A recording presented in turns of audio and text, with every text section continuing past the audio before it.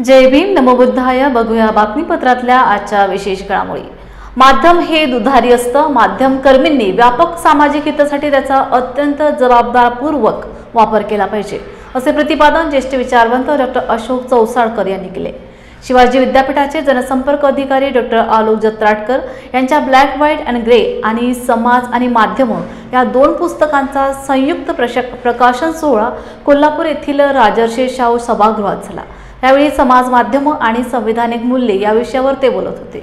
अध्यक्षस्थानी शिवाजी विद्यापीठाचे कुलगुरू डॉक्टर दिगंबर शिर्के होते, तर प्रमुख पाहुणे म्हणून प्राध्यापक कुलगुरू डॉक्टर प्रमोद पाटील, डॉक्टर रघुनाथ कडाकणे, ज्येष्ठ साहित्यिक डॉक्टर राजन गवस उपस्थित होते। भाग्यश्री कासोटे पाटील यांनी स्वागत व प्रास्ताविक केले।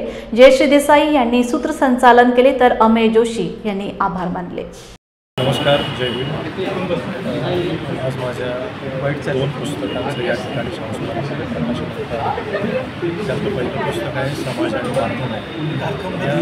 या पुस्तकामध्ये भारतामधील राजीव गांधींच्या काळामध्ये पहिली कॉम्प्युटर क्रांती झाली, तिथूनपासून ती गेल्या 3 दशकांमध्ये भारताने माध्यमांच्या क्षेत्रामध्ये कोणत्या प्रकारची प्रगती केलेली आहे, विकास केलेला आहे आणि नवमाध्यमांनी विशेषतः समाज माध्यमांच्या प्लॅटफॉर्मनी या देशासमोर कोणत्या प्रकारची आव्हानं निर्माण केलेली आहेत। त्यामुळं आपल्या समाजावरती, आपल्या कुटुंब व्यवस्थेवरती, आपल्या नातेसंबंधांवरती आणि एकूणच आपल्या सामाजिक, राजकीय, आर्थिक पर्यावरणावरती कोणत्या स्वरूपाचे परिणाम होत आहेत याचं वेगवेगळ्या 25 लेखांमध्ये वेध घेण्याचा मी प्रयत्न केलेला आहे।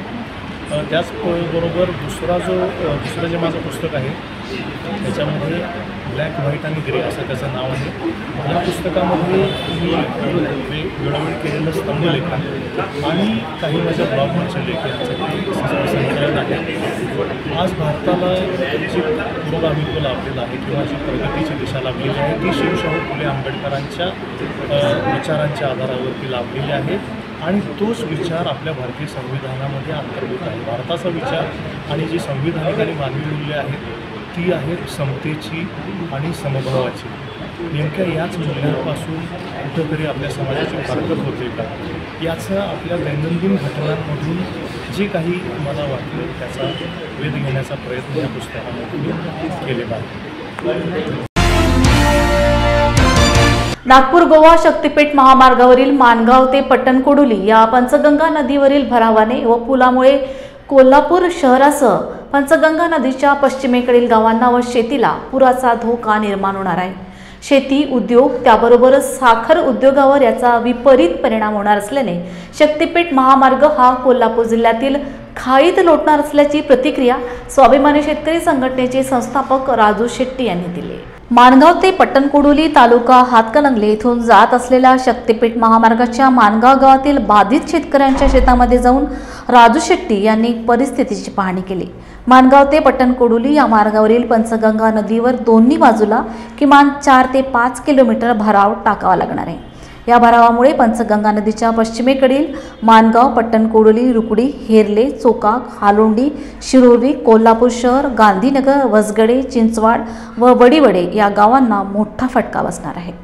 शक्तीपीठ महामार्ग जिथून जातो त्या प्रत्यक्ष स्थळावर जाऊन तिथल्या शेतकऱ्यांशी चर्चा करून तिथली माहिती घेऊन मी हा सगळा ग्राउंड रिपोर्ट तयार करायला लागलेला आहे।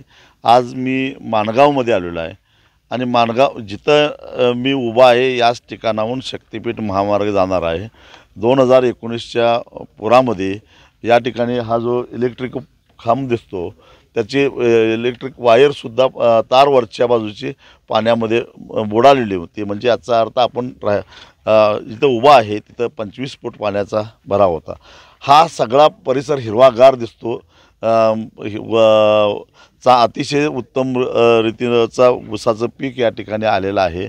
परंतु इथं ज्या अर्थी महापुरामध्ये 25 फूट पाण्याची पातळी असते त्या अर्थी किमान 30 ते 35 फुटाचा भरावा टाकून मग रस्त्यावरून जाणार। मग एवढा भरावा जर का पडला तर इथून नदीचं पात्र हे जवळपास 2 किलोमीटर लांब आहे आणि इथून अजून 1 किलोमीटर पाणी पसरतं, म्हणजे 3 किलोमीटरचा हा भरावा पडणार आहे। पंचगंगा नदी पात्रातून पाणी जेव्हा बाहेर पडतं तेव्हा त्या पात्राला सुद्धा एक गती असते, पूर्वेच्या दिशेनं ते पाणी वाहत असतं. पण हा भराव पडल्यामुळं केवळ रस्ता झाला तर नदीपात्रापुरता पूल होईल, कमानीचा पूल होईल, परंतु ह्या भरावामुळे हे पाणी सगळं तुंबणार आहे. आणि हे पाणी तुंबल्यामुळं माणगाव असेल, रुकडी असेल, चोकाक असेल, शेरले असेल, हालोंडी असेल, शिरोली असेल, त्याचबरोबर नदीच्या पलीकडे असणारे पट्टणकोडोली असेल,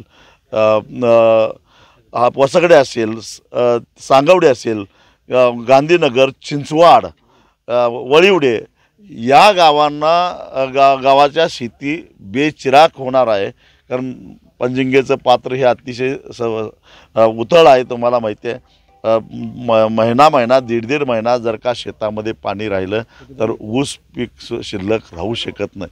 2019-2021ला आम्ही अनुभव घेतलेला आहे. आता ह्या पुलाच्या भरावामुळं 2019 आणि 2021च्या पुराच्या पातळीपेक्षा किमान 1.5 मीटरनं पाण्याची पातळी निश्चितच वाढणार आहे. याचा कोल्हापूर शहरालासुद्धा फटका बसणार आहे.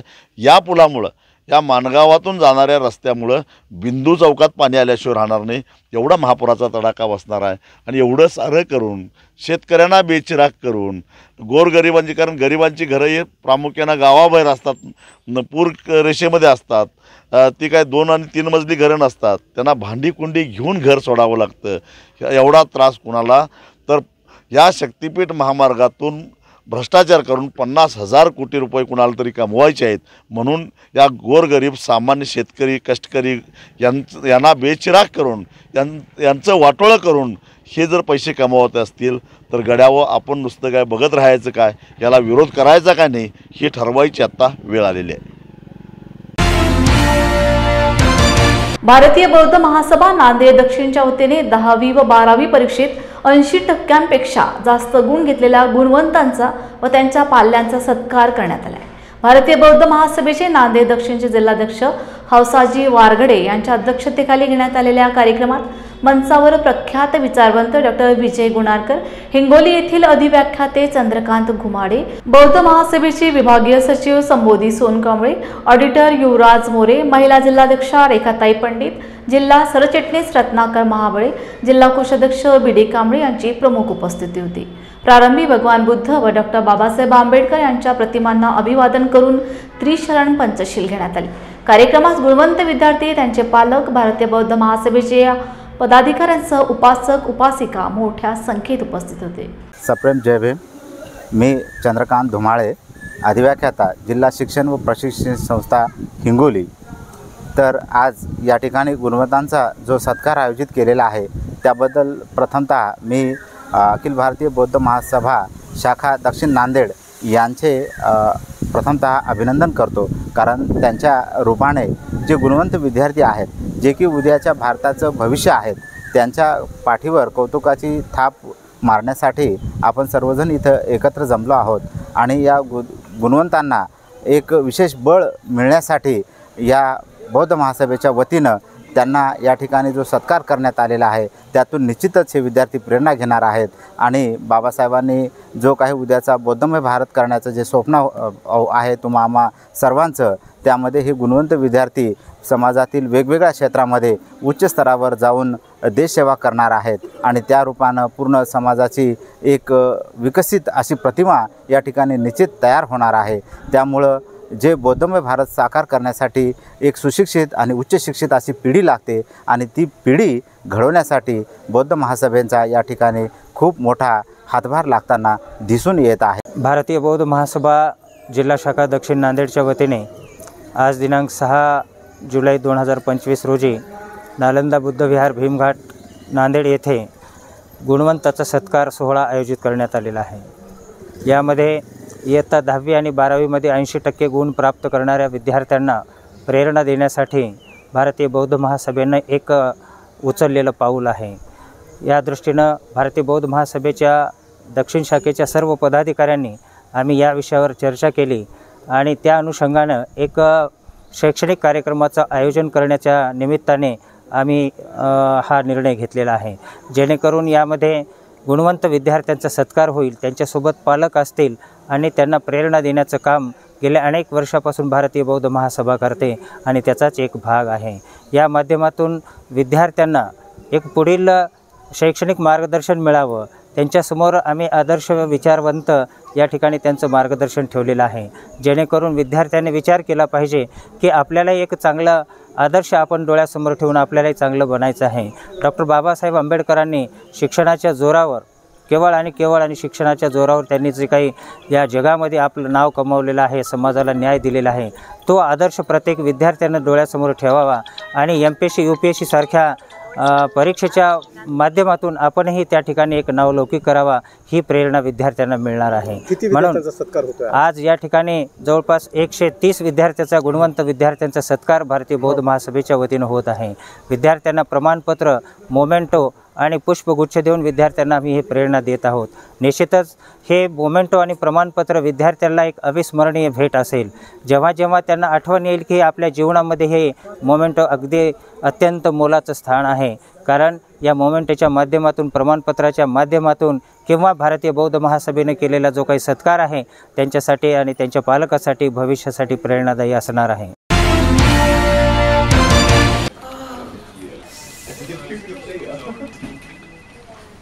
बॉस ने मीटिंग बुलाई।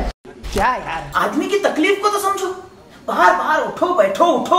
जनाब, तकलीफ उठने बैठने की नहीं, तकलीफ बवासीर की है। बवासीर, फिशर, भगंदर, पाइलोनियल साइंस का आयुर्वेद तथा आधुनिक लेजर से उपचार। अभ्युदय पाइल्स लेजर हॉस्पिटल, लोहार समाज भवन के पीछे, महापुष्प सोसाइटी, शताब्दी नगर चौक से मनीष नगर रोड, नागपुर। कॉल और विजिट करें www.pilesfistulacure.com।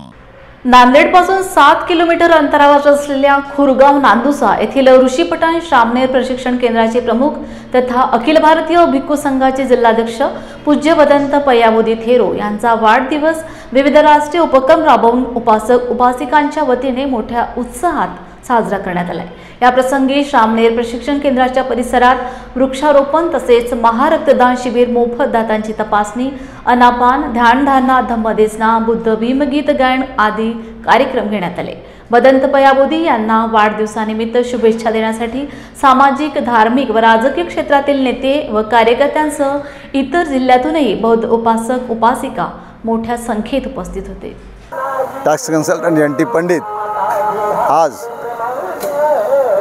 पूज्य भदंत पयाबोधी थेरो यांच्या वाढदिवसानिमित्त या ठिकाणी सर्वांना शुभेच्छा देतोय आणि तसेच त्यांचा वर्षावास सुरू होणार आहे, त्याच्यासाठी पण सर्व बौद्ध बांधवांना शुभेच्छा देतो। जय भीम।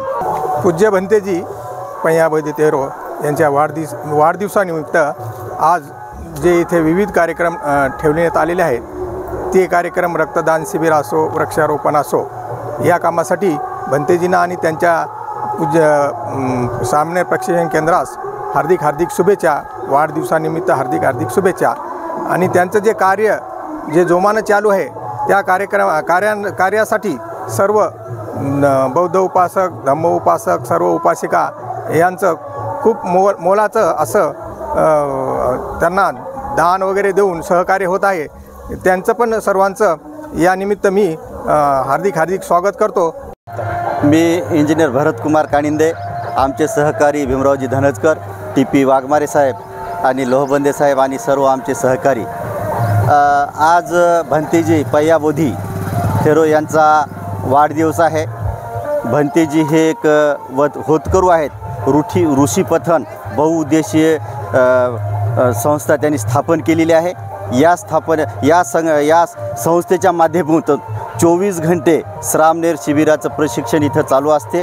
आज जवळजवळ 6 वर्षापासून इथं जवळजवळ 10-1 हजार श्रामणेर होऊन गेलेत, महिला व पुरुष, आणि इथे चांगल्या प्रकारे सर्वांना शिक्षण भेटते। आणि हे या ऋषीपठन संस्थेचं किंवा या श्रामणेर शिबिराचं एक आगळं वेगळं असं महत्त्व आहे की इथं दर पौर्णिमेला, महिन्याच्या प्रत्येक पौर्णिमेला एक विविध या परिसरातून लोक येतात आणि खेडेगावातून असो, शहरी विभागातून असो, प्रत्येक जागून इथं प्रत्येक महिन्याला एक भोजनदान होत असते। या भोजनदानाच्या निमित्तानं इथं 300 ते 500 उपासक उपासिका जमतात आणि ती उपासक उपासिका हे जे प्रशिक्षण शिबिर याचं इमारतीचं काम चालू आहे, तो एक भव्य असं काम चालू आहे. एक 4 कोटी ते 5 कोटीचं काम चालू आहे. आज जवळजवळ एक 1.25 कोटीपर्यंत काम निव्वळ उपासक आणि उपासिका यांच्या दानामधूनच चालू आहे. इथं जी जागा घेतलेली आहे 1.25 एकर, तीसुद्धा लोकांच्या दानामधूनच आहे. उपासकाच्या इथं जो हॉल मोठा बांधण्यात आलेला आहे तोही उपासकाच्या याच्यातून आहे. आणि इथं आपण जो महिन्याला जो पौर्णिमेच्या निमित्तानं जे लोक येतात ती ज्या भावनेने येतात आणि इथं जे काम दिसते, इथं जी प्रगती दिसते, खरं म्हणजे पैसे जमा करण्याचं किंवा दान जमा होण्याचं हे एक मोठं साधन आहे. आणि लोकांच्या मनामध्ये खूप द्यायची इच्छा असते, परंतु काहीतरी समोर दिसलं पाहिजे या उद्देशानेच लोक इथं देतात. आणि म्हणूनच आतापर्यंत जे 2-2.5 कोटी जे रुपये दान जमा झालं हे ते निव्वळ श्रद्धावान उपासक उपासिकाच्या माध्यमातून आणि त्याच्या माध्यमातूनच हे काम चालू आहे. आषाढी पौर्णिमा ते अश्विन पौर्णिमा या 3 महिन्याच्या कालावधीमध्ये विश्वभरातील बौद्ध भिक्खूंचा भिक्खुनींचा वर्षावास सुरू होत असतो. आणि या कालावधीमध्ये भिक्षू आणि भिक्खुनी एका विहारात राहून धम्माचं अध्ययन अध्यापन ध्यान साधना करत असतात. त्याचा लाभ उपासक उपासिकांनासुद्धा होत असतो. महापुण्य अर्जित करण्याची संधी जगभरातल्या उपासक उपासिकांना या वर्षावास कालावधीमध्ये अधिक लाभत असते. बौद्ध धम्माचा प्रचार आणि प्रसार होणं ही काळाची नितांत गरज आहे. बुद्धाचे समतावादी विचार, बंधुत्वाचे न्याय विचार हे या देशामध्ये आणि विश्वामध्ये पसरणे अतिशय काळाची गरज आहे. त्या अनुषंगानं जे समाज उपयोगी उपक्रम आहेत तर हे उपक्रमसुद्धा विविध भागामध्ये वर्षावास कालावधीमध्ये सुद्धा राबवल्या जात असतात. विशेष म्हणजे माझा वाढदिवस जो आहे आज 6 जुलै रोजी संपन्न होत आहे. या वाढदिवसाच्या अनुषंगाने श्रामणेर प्रशिक्षण केंद्राच्या वतीनं समस्त बौद्ध उपासक उपासिकांच्या वतीनं वृक्ष लागवडीचा कार्यक्रम होणार आहे. महारक्तदान शिबिराचं आयोजन करण्यात आलेलं आहे. ध्यान आनापानचा कार्यक्रम तसेच बुद्ध भीम गीत गायनाचा सांस्कृतिक कार्यक्रम याचंसुद्धा आयोजन करण्यात आलेलं आहे. श्रामणेर प्रशिक्षण केंद्र हे एक धम्म चळवळीचं आग्रह केंद्र बनत चाललेलं आहे. महाराष्ट्रात 24 तास चालणारं हे पहिलं श्रामणेर प्रशिक्षण केंद्र आहे. 1700च्या वर श्रामणेरी प्रशिक्षित होऊन या प्रशिक्षण केंद्रातून बाहेर पडलेले आहेत. आणि आज बऱ्याच जणांची इच्छा होती, कारण या वर्षीचा वाढदिवस करावा हे म्हणजे डोक्यामध्ये नव्हतं, परंतु ब्लड बँकवाल्यांचे बरेचसे फोन येत होते. बनतेजी रक्ताचा तुटवडा आहे. गेल्या महिन्यातच एक जणांनी वाढदिवसाचं बॅनर तयार करून ते माझ्या भेटीला आले. मी त्यांना सांगितलं की माझा वाढदिवस जुलै महिन्यामध्ये येत असतो. तर ते म्हणाले बनतेजी रक्ताचा तुटवडा पडत आहे. आणि आपल्या वाढदिवसाच्या निमित्ताने मागील वर्षी जवळपास 100च्या वर आम्हाला बॅग मिळाल्या होत्या ब्लडच्या. याही वर्षी आपण म्हणजे वाढदिवस स्थगित करू नये.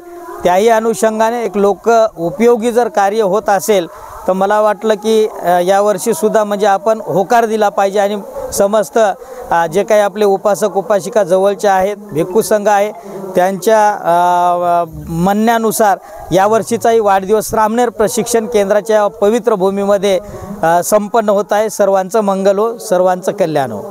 आज पूजनीय बनते पय्याबोधी थेरो यांचा जन्मदिनाचा कार्यक्रम खुरगाव या ठिकाणी प्रशिक्षण हॉल या ठिकाणी आयोजित केला होता. आदरणीय बनतेजींना दीर्घ आयुष्य लाभावं या मंगलकामनासह आम्ही नांदेड वगळा शहर महानगरपालिका कामगार कर्मचारी युनियनच्या वतीनं त्यांना मंगल कामना देण्यासाठी या ठिकाणी उपस्थित झालो. आजच्या प्रसंगी मी एकच सांगेल की समाजामध्ये धार्मिक वृत्तीचं आणि धार्मिक कार्य करण्याची मानसिकता आदरणीय पूजनीय भंतेजीच्या अंगी आहे. त्यांच्यामुळं नांदेड जिल्ह्यामध्ये, नांदेड शहरामध्ये आंबेडकरी चळवळीला एक वेगळं बलय निर्माण झालेलं आहे, जेणेकरून की भंतेजीच्या रूपानं सामाजिक चळवळ आणि धम्म चळवळ या दोन्ही गोष्टीचा पाठपुरावा त्यांच्या माध्यमातून होतो. आज त्यांच्या खुरगाव या ठिकाणी धम्म अभ्यास केंद्र मोठ्या प्रमाणात निर्माण होत आहे. आणि या अभ्यास केंद्राच्या माध्यमातून समाजामध्ये धम्म बांधवामध्ये एक वेगळी जागृती निर्माण होत आहे। आजच्या प्रसंगी मी भंतेजींना दीर्घायुष्य लाभो आणि त्यांचं जीवन अतिशय सुखमय हो आणि त्यांच्या हातून धम्माचं आणि समाजाचं चांगलं कार्य हो अशी मी मंगलकामना व्यक्त करतो आणि थांबतो। आदरणीय भदंत पय्याबोधी गेल्या 10-20 वर्षापासून बौद्ध धम्माचे गाडे अभ्यासक म्हणून नांदेडला तसेच पूर्ण मराठवाड्याला सर्व दूरपर्यंत परिचित आहेत। बौद्ध धम्माचा त्यांचा अभ्यास आणि त्यांची बौद्ध धम्माच्या प्रती असलेली श्रद्धा ही आंबेडकरी समाजामध्ये एक उत्साह, एक प्रेरणा निर्माण करणारी आहे। म्हणून त्यांचा वाढदिवस लोकांच्या माध्यमातून त्यांचा वाढदिवस खूप मोठ्या प्रमाणात साजरा केला जात आहे। भंतेजीची इच्छा नसताना सुद्धा लोकांच्या आग्रहाखातीर तो आपला वाढदिवस इथं साजरा करीत आहेत। समस्त आंबेडकरी समाजाच्या वतीनं व बौद्ध समाजाच्या वतीनं त्यांच्यावर वर्षाभिनंदनाचा वर्षाव होत आहे, अभिनंदनाचा वर्षाव होत आहे। आणि या ठिकाणी श्रामनेर केंद्र ज्यांनी उभारले अष्टकोनी बुद्ध विहाराची निर्मिती, मला असं वाटते की महाराष्ट्रामध्ये तर नाही पण किमान मराठवाड्यामध्ये एवढं मोठं विहार भंतेजींनी दानातून निर्माण केलं हे कुठलेही उदाहरण दुसरीकडं नाही। भंतेजीनं बौद्ध धम्माचा प्रचार आणि प्रसार करण्याचा बिडा उचललेला आहे आणि सातत्यानं त्याच्यात ते अग्रेसर भूमिका घेत असतात। पूज्य भंते पय्याबोधीजी थेरो यांचा आज वाढदिवस श्रामनेर प्रशिक्षण केंद्र फुरगाव नांदुसा या ठिकाणी मोठ्या हर्ष उल्हासात साजरा होत आहे। पूज्य भंते पय्याबोधीजी यांचं कार्य पाहिलं तर थक्क होऊन जाण्यासारखं आहे, कारण एवढ्या अल्पावधी कालावधीमध्ये या ठिकाणी हे भव्य असे श्रामनेर प्रशिक्षण दीक्षाभूमीचं काम पूज्य भंते पय्याबोधीजी थेरो यांनी हातात घेतलेलं आहे आणि जवळपास त्या कामाचं पहिल्या मजल्यापर्यंतचं काम या ठिकाणी